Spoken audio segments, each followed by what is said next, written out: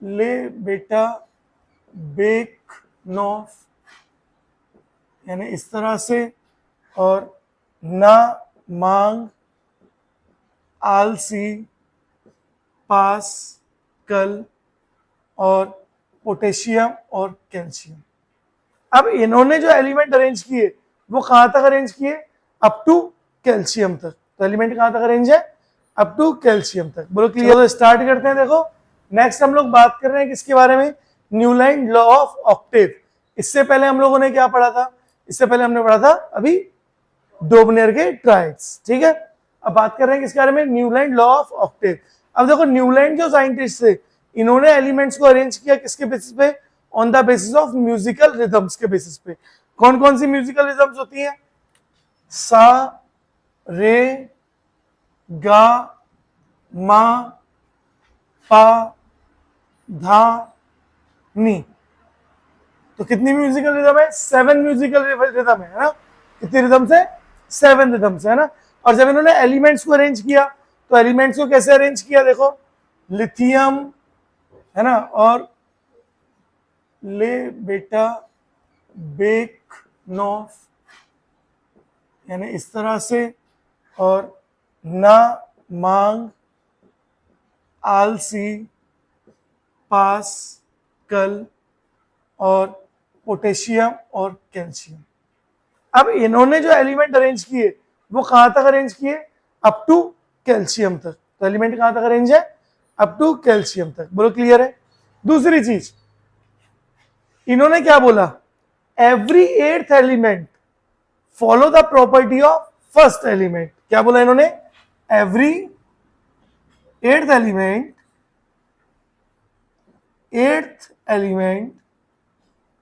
Follow the property of their first element,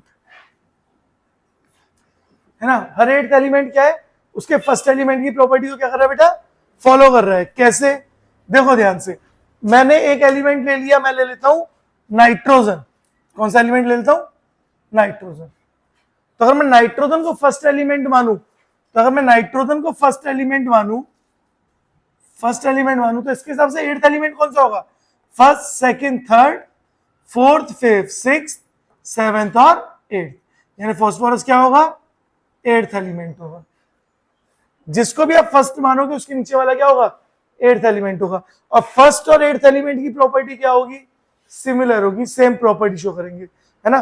दूसरा, the gap between two similar atoms कितना होगा? 8। गिनो गिनो, यहां से गिन लो ना गैप का 8। ये तो डिफरेंस है। तो हम क्या लिख सकते हैं? हम लिख सकते हैं difference of atomic number, difference of atomic number should be 8, सिर्फ 8। जबकि डोबनियर में क्या हो रहा था? 8 या 18 दोनों का डिफरेंस होता था। लेकिन न्यूलैंड ने क्या बोला? कितने का डिफरेंस होना चाहिए? सिर्फ 8 का डिफरेंस होना चाहिए। और first eight, every eighth element क्या होगा? उसके फर्स्ट एलिमेंट की प्रॉपर्टी को रिपीट करेगा, है ना, यानी फॉलो करेगा। बोलो ये बात क्लियर है? तीसरी चीज, जो भी आपके एलिमेंट्स हैं वो सेम ग्रुप के होने चाहिए। तो elements belongs to same group. Element क्या होना चाहिए बेटा? सेम ग्रुप के एलिमेंट होना चाहिए। लेकिन इनके कुछ ड्रॉबैक भी थे। क्या थे ड्रॉबैक्स? ड्रॉबैक्स का मतलब लिमिटेशंस मतलब कुछ चीजें ऐसी थी जिनको ये एक्सप्लेन नहीं कर पाए, यानी ये एलिमेंट को सिर्फ कैल्शियम तक रख पाए, है ना। यानी ऑक्टेव रूल कहां तक फॉलो हो रहा है? अप टू कैल्शियम तक। दूसरा, जैसे ही इनर्ट गैस की डिस्कवरी हुई ये रूल फेल हो गया, है ना। तो after the discovery of inert gases, this rule was fail.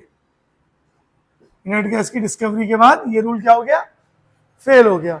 दूसरा, this rule was applicable up to, this rule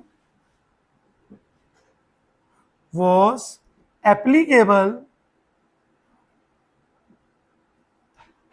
up to calcium only.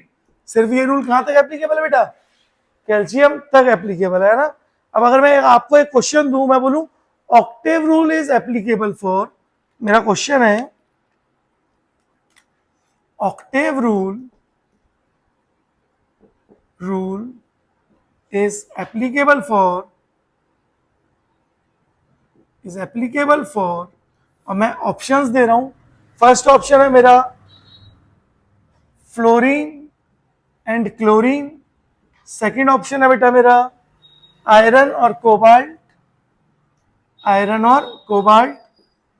Third option है बेटा मेरा सल्फर और सेलेनियम, फोर्थ ऑप्शन है बेटा मेरा सोडियम और पोटेशियम, और फिफ्थ ऑप्शन है मेरा क्लोरीन और ब्रोमीन। तो आपको बताना है किस किस के लिए Newland law of octave applicable है। ठीक है, मारो ट्राई।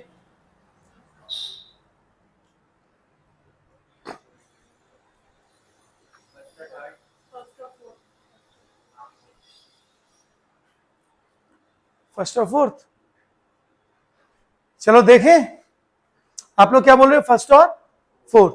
देखो फ्लोरीन का एटॉमिक नंबर कितना होता है 9, क्लोरीन का कितना होता है 17, कितने का गैप है 8 का, यानी फर्स्ट तो सही है भाई। आयरन और कोबाल्ट क्या है, सेम पीरियड के एलिमेंट है, जबकि ये रूल किसके लिए वैलिड है, सेम ग्रुप के लिए। सल्फर और सेलेनियम की बात करें तो सल्फर का एटॉमिक नंबर होता है 16 और सेलेनियम का कितना होता है 34। बोलो कितने का गैप 18 का गैप। लेकिन न्यूलैंड लॉ ऑफ ऑक्टेव तो किसके लिए लगता था, सिर्फ 8 के लिए। तो क्या ये सही है, नहीं। Fourth sodium potassium, sodium atomic number 11, potassium atomic number 19, कितने का गैप बेटा 8 का गैप, तो इसका मतलब फोर्थ भी।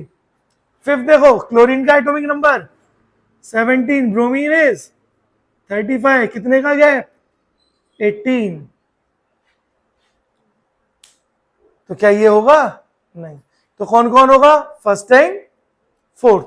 बोलो आसान है, चलो एक बार नोट करो जरा।